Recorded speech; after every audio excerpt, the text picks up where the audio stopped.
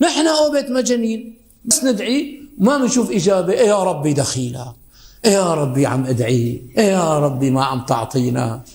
هلا ما في ناس كثير كفرت بهالفتن اللي احنا عايشينها بهالأزمة. إيه بيقول لك شو وين رب العالمين، ما يفرج علينا بقى، ما كذا. إيه كتر خيره اللي عم يسقينا مي. إيه بهالفتن اللي عايشينها، كترة السرقة وكتر النهب وكتر الاحتيال وكتر الكذب وكتر المخدرات، والناس نعم ضاعت. عوض ما انه نرجع لله ونكون ايد وحده ونحب بعضنا ونكون سوا مع بعضنا، تلاقي العائلات تنافرت. رجل كان بيجي لعندي بيقول لي امي وابي قلعوني، نعم طلع نعم من مهجر، اجى على بيت اهله قال له مع السلامه، وعندهم غرف وعندهم كل شيء وما حطوا. قال لي امي وابي قلعوني. لك اذا امك وابوك ما حنوا عليك مين بده يحن عليك؟ الغريب. اي نعم. فهالفتن هي ما زادتنا الا بعد عن الله سبحانه وتعالى. فلذلك طوبى لرجل اي نعم بهالفتن هي اي نعم بيستطيع انه يوقف يقول انا مسلم، انا ما بعصي الله سبحانه وتعالى، يحب الناس ويحب الخير للناس. اي نعم. امبارح واحد بيسالني سؤال، عامل حاله شي شيخ،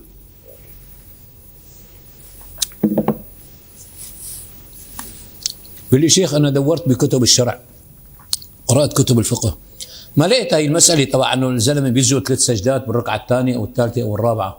مو قلنا نحن عن السجدة الصلبية؟ قال لي ما لقيتها. فقعدت عد ال10 انا 1 2 3 4 5 6 7 8 9 10 1 مشان ما احذفه، مشان ما يطلع خلقي عليه، مشان ما اقول له شو محلك من الاعراب انت لحتى تلاقيها او ما تلاقيها. فقلت له دور عليها بباب نعم السجدة الصلبية. مين اعطاك الحق انه تقول لي انه دورت عليها وما لقيتها؟ قل لي هي وين دليلها؟ بعرف انه اقول لك وين دليلها، اما دورت عليها وما لقيتها بكتب الفقه، معناتها انا جايبها من جيبي. اي نعم. لك يعني انسان بيبقى بلا مؤاخذه عامي، انسان جاهل، انسان كذا، شغله ما دخلت بعقله ما بيعتبرها من الدين. هلا الناس شو بتعتبر الدين؟ الشيء اللي بيوافق عقلها.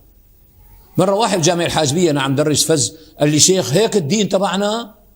قلت له ايه؟ قال لي اذا هيك الدين ما بدنا اياه.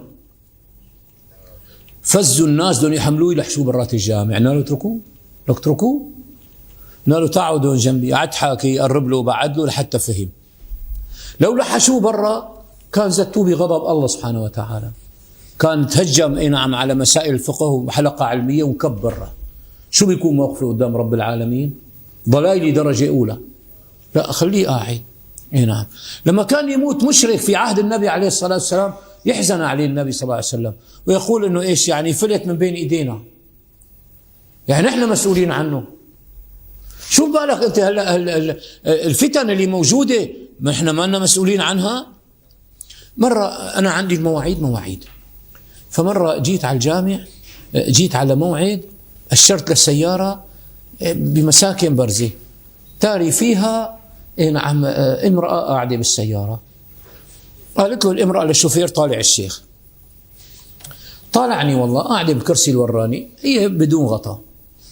أنا قعدت قدام الشوفير، فالشوفير اي نعم يعني حاول ياخذ ويعطي معي، فسألني شوفير يعني اي نعم انه شو دارس، يعني انت شيخ يعني بتفتي كذا؟ اي نعم. قلت له والله انا بشتغل بالدعوة يعني وكذا. اي نعم. فقلت له لانه نحن لازم نخرج في سبيل الله ونشتغل بالدعوة، لأنه نحن مسؤولين عن كل إنسان عاصي بهالدنيا اللي ما حسنا نوصل له ونفهمه. نعم. قلت له مثلا الأخت هلا اللي معنا هون بالسيارة أو مثل حكايتها أو غيرها، يعني هدول إجوا من القمر لما من المريخ لما منين إجوا؟ ما هدول أهلنا وبناتنا وأولادنا، فنحن الحق علينا اللي ما عم نعرف نوصل لهم ونحببهم بالدين. ما كثير ناس ما بتحب المشايخ، كثير ناس بيقول أخي ما بحب المشايخ. طيب ليش ما بتحب المشايخ؟ مشايخ بعاد عنا لأنه ما عم نحس إنه قريبين منا. إي نعم. ما بشوف أنا شيخ إي نعم يعني من اللي مستلمين إي نعم وشغلات كبيرة، راكب بباص النقل الداخلي إي نعم وطالع بالمكرو عم يدافش وكذا. إي نعم. فبتلاقي لهم حياة خاصة فيهم. يعني ليش ما بيعيشوا معنا أساسا؟ ليش ما بيكونوا إيش عايشين بنفس نموذج؟ والله الشوفير قال لحاله لي على البلوي، لا ضروري الشيخ يقولنا على هدول وهدول كذا. اي والله وصلت انا كنت بدي انزل ادفع، قلت له لا شيخنا ما بدفع، انت انا بدفع. مع الشيخ فتحي صافي الله يرضى عليكم.